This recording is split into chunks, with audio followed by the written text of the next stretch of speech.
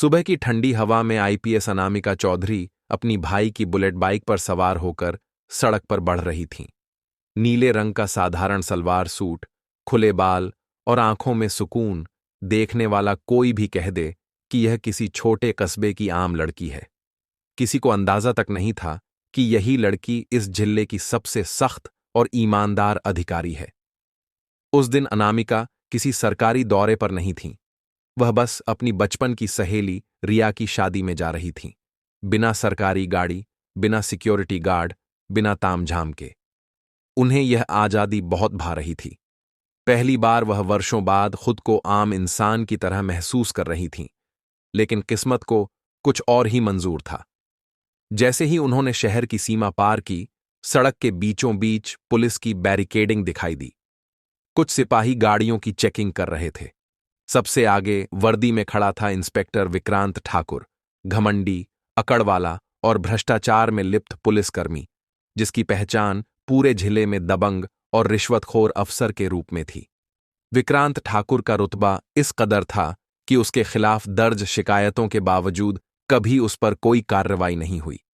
वजह साफ थी, उसके ससुर हाईकोर्ट के जज थे, जिनके रसूख के सामने हर केस फाइल धूल खा जाती थी। और आज वही इंस्पेक्टर एक ऐसी महिला को रोकने जा रहा था जो उसकी पूरी दुनिया बदल देने वाली थी। बुलेट की आवाज सुनकर उसने हाथ उठाया। ए लड़की, बाइक साइड में लगाओ। अनामिका ने बिना झिझक के बाइक साइड में लगा दी। कहां जा रही हो इतनी तेज? विक्रांत ने घूरते हुए पूछा।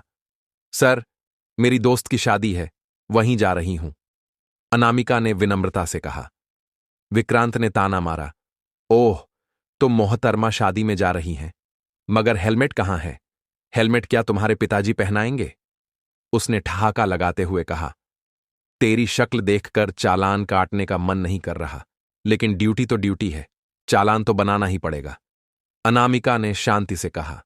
सर, मैंने कोई नियम नहीं तोड़ा है, गलती से हेलमेट रह गया, मैं मानती हूं, लेकिन आप यह लहजा छोड़िए, मैं जुर्माना भरने को तैयार हूं। विक्रांत के चेहरे पर अकड़ और बढ़ गई। ओह, हमें कानून सिखा रही हो? पुलिस हम हैं, कानून हमारे हिसाब से चलता है। अनामिका अब भी शांत रहीं, पर उनकी आंखों की गंभीरता गहराने लगी थी। सर, पुलिस की वर्दी जनता की रक्षा के लिए होती है, उसे डराने के लिए नहीं। आपको मर्यादा रखनी चाहिए। यह सुनते ही विक्रांत का चेहरा लाल पड़ गया। बहुत जुबान चलाने लगी है तू, वह गुर्राया, और अगले ही पल उसने बिना कुछ सोचे अनामिका के गाल पर जोरदार थप्पड़ मार दिया। थप्पड़ की आवाज पूरे चौराहे पर गूंज उठी। भीड़ सन्न रह गई।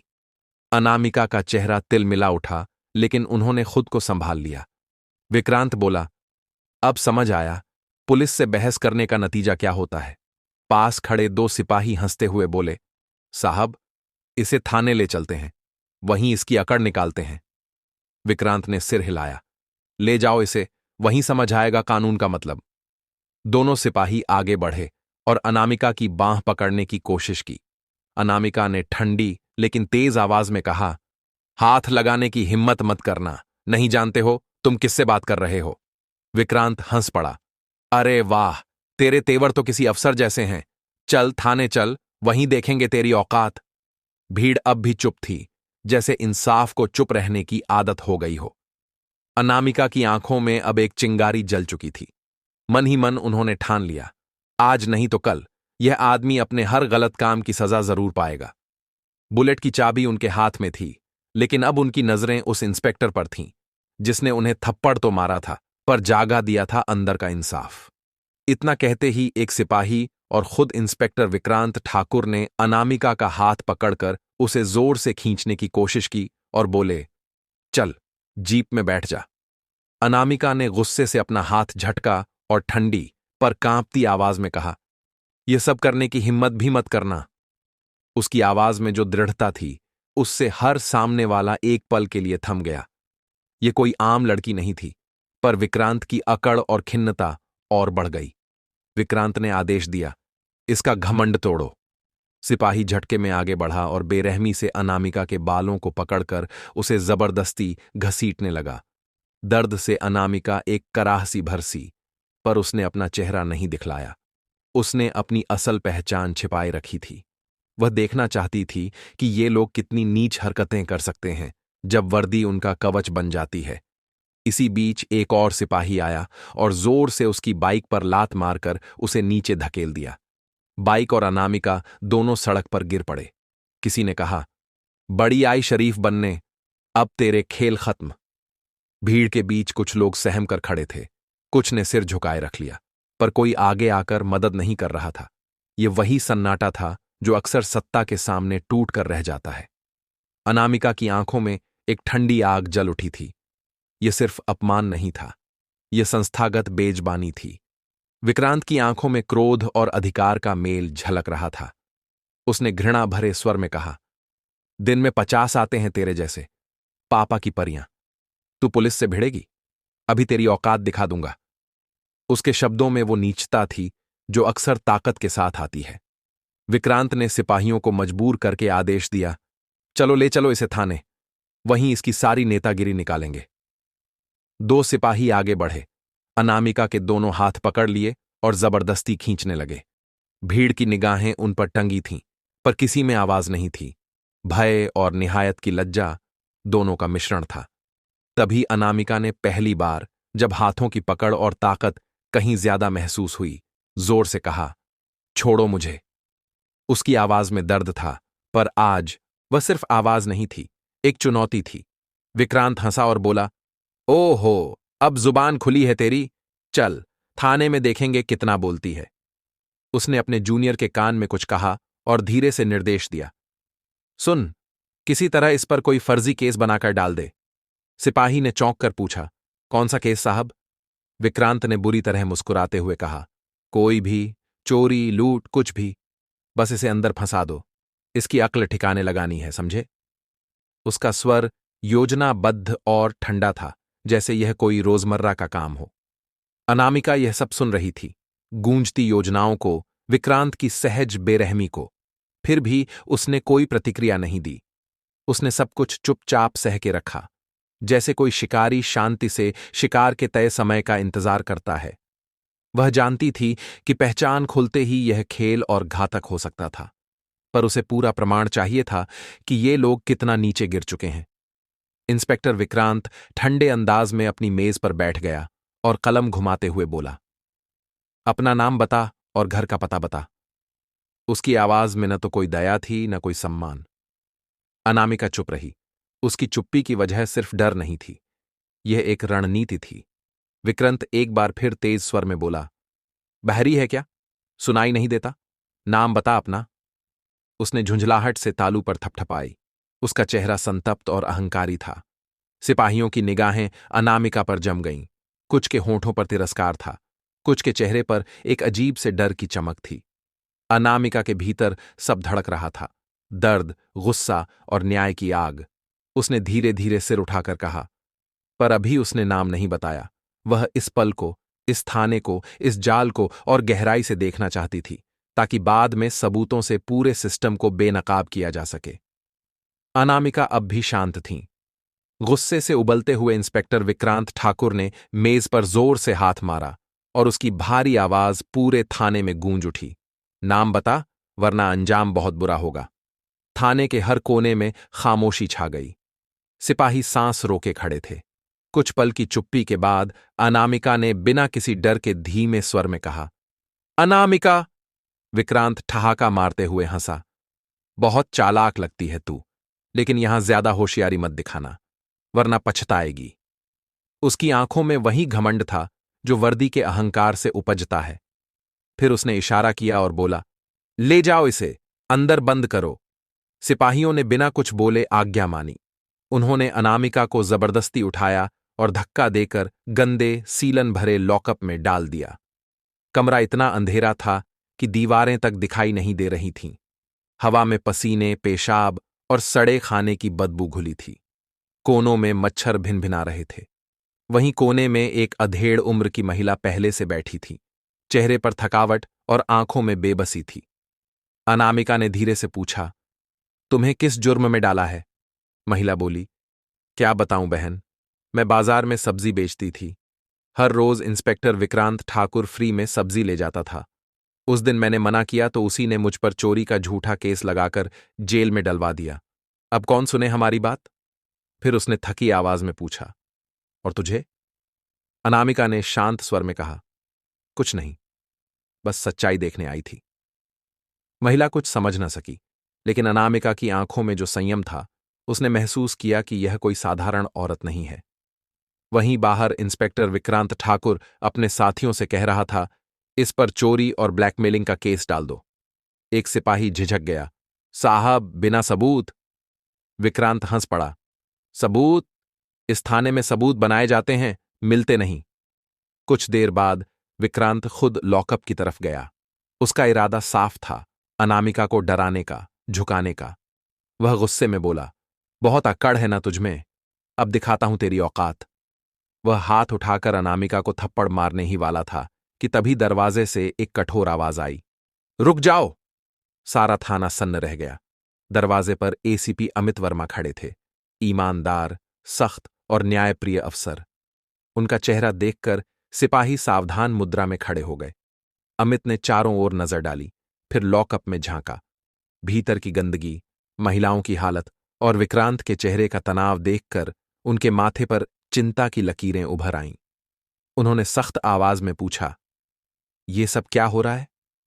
विक्रांत ने जबरन मुस्कुराते हुए कहा, कुछ नहीं सर, बस एक सड़क छाप लड़की ज्यादा अकड़ दिखा रही थी, थोड़ा सबक सिखा रहे थे।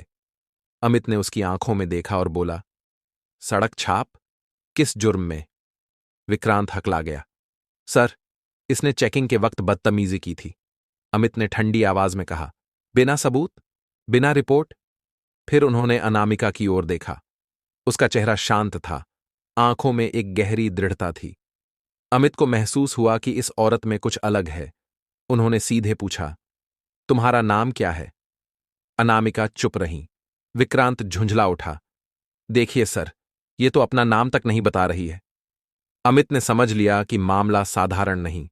उन्होंने आदेश दिया, ठीक है, इसे दूसरे लॉकअप में डालो और मैं खुद इसकी रिपोर्ट देखूंगा। सिपाहियों ने झुककर जी सर कहा और अनामिका को दूसरे लॉकअप में डाल दिया। वह कमरा पहले वाले से भी ज्यादा गंदा और दमघोंटू था। दीवारों पर काई, फर्श पर नमी और छत से टपकता पानी। ये सब देखकर अनामिका के मन में घृणा नहीं, बल्कि दृढ़ता आई। वह अब समझ चुकी थीं, यह सिस्टम सड़ा हुआ है और अगर कोई इसे साफ नहीं करेगा तो न्याय हमेशा दबा रहेगा। उसी शाम इत्तेफाक से डीएम आर्यन मेहता पूरे जिले के पुलिस थानों का आकस्मिक निरीक्षण कर रहे थे। किसी को क्या पता था कि अगला पड़ाव विक्रांत ठाकुर का यही थाना है और वहीं से एक ऐसी सच्चाई उजागर होने वाली थी जो पूरे जिले की पुलिस व्यवस्था को हिला देगी। अचानक एक सिपाही हांफता हुआ थाने में घुसा और बोला, साहब, बाहर एक बड़ी सरकारी गाड़ी आई है। इंस्पेक्टर विक्रांत ठाकुर चौंक गया। कौन आया है? उसने ऊंची आवाज में पूछा। सिपाही ने सिर झुकाकर कहा, सर, गाड़ी पर डीएम का झंडा है। बस इतना सुनते ही थाने का माहौल बदल गया। सभी सिपाही फाइलें समेटने लगे। कुर्सियां सीधी कर दी गईं। वहीं अगले ही पल दरवाजा खुला और अंदर प्रवेश किया डीएम आर्यन मेहता ने। तेज निगाहें, सख्त चेहरा और चाल में वही अधिकार जो किसी राजा की उपस्थिति महसूस कराता है। उनकी नजर सीधी विक्रांत ठाकुर पर पड़ी। गर्जना सी आवाज में उन्होंने पूछा, इंस्पेक्टर साहब, यहां क्या तमाशा चल रहा है? विक्रांत के पसीने छूट गए। उसकी आवाज कांप रही थी, सर, कुछ नहीं, बस एक मामूली केस है, सब कंट्रोल में है। डीएम की नजर अचानक पास के लॉकअप पर पड़ी। वह आगे बढ़े और ठिठक गए। सामने थीं अनामिका चौधरी। उनके चेहरे पर थकान थी, लेकिन आंखों में वही दृढ़ता चमक रही थी। डीएम ने तुरंत कहा, मैडम, आप यहां इस हालत में? सन्नाटा इतना गहरा था कि हर सांस की आवाज सुनाई दे रही थी। डीएम ने टेबल पर रखी केस फाइल उठाई और खोलकर पढ़ी। उसमें लिखा था, धारा 420 और ब्लैकमेलिंग का केस। डीएम की आवाज गूंज उठी, इस महिला पर 420 और ठगी का केस? इंस्पेक्टर विक्रांत ठाकुर, आपके पास क्या सबूत है? विक्रांत की जुबान लड़खड़ा गई। सर, वो दरअसल, डीएम ने बीच में ही काट दिया, चुप रहिए, मैं सब समझ गया, पहले इन्हें लॉकअप से बाहर निकालो। सिपाही तुरंत भागे और अनामिका को बाहर निकाला। वह जब बाहर आईं तो पूरा थाना झुककर देखने लगा। कुछ को शर्म आई, कुछ को डर ने घेर लिया। डीएम ने विक्रांत की तरफ देखा और कहा, क्या आपको पता भी है कि ये महिला कौन है? ये इस जिले की नई नियुक्त आईपीएस अधिकारी अनामिका चौधरी हैं। ये सुनते ही पूरा थाना जड़ हो गया। विक्रांत के चेहरे से खून उड़ गया, उसका रंग सफेद पड़ गया। जिस महिला को वह फर्जी केस में फंसा रहा था, वही जिले की आईपीएस निकली। वह लड़खड़ाते हुए बोला, सर, मुझे नहीं पता था, मुझे माफ कर दीजिए। अनामिका ने एक कदम आगे बढ़ाया, उनकी आवाज में अब अधिकार की ठंडक थी। डीएम साहब, इस इंस्पेक्टर ने मुझ पर हाथ उठाया, बदतमीजी की और झूठे केस में फंसाने की कोशिश की, और अंदर जो महिला कैद में थी उस पर भी झूठा मुकदमा दर्ज है। यह थाना कानून का मंदिर नहीं, अत्याचार का अड्डा बन चुका है। डीएम आर्यन मेहता की आंखें अब लाल थीं। उन्होंने कहा, क्यों इंस्पेक्टर विक्रांत ठाकुर, एक आईपीएस अधिकारी पर हाथ उठाने की हिम्मत कैसे हुई? कौन सा कानून आपको यह अधिकार देता है? विक्रांत कुछ कहने ही वाला था कि तभी एसीपी अमित वर्मा आगे आए और बोले, सर, मुझे पहले से शक था कि यहां कुछ गड़बड़ चल रही है। मैंने ही आपको सूचना दी थी। अब विक्रांत पूरी तरह अकेला पड़ चुका था। थाने का हर आदमी चुप था। अनामिका आगे बढ़ीं। उनकी आवाज शांत थी मगर असर बिजली जैसा। इंस्पेक्टर विक्रांत ठाकुर, तुम्हें इसी वक्त सस्पेंड किया जाता है। तुम्हारे खिलाफ विभागीय जांच और आपराधिक केस दर्ज होगा, धारा 166, 323 और 441 के तहत। विक्रांत के पैर डगमगाने लगे, उसके होंठ कांप रहे थे और वह बस बुदबुदाया, मैडम, मुझसे गलती हो गई, मुझे माफ कर दीजिए। अनामिका ने ठंडे स्वर में कहा, जब तुमने उस बेगुनाह औरत पर केस डाला तब इंसाफ याद नहीं आया।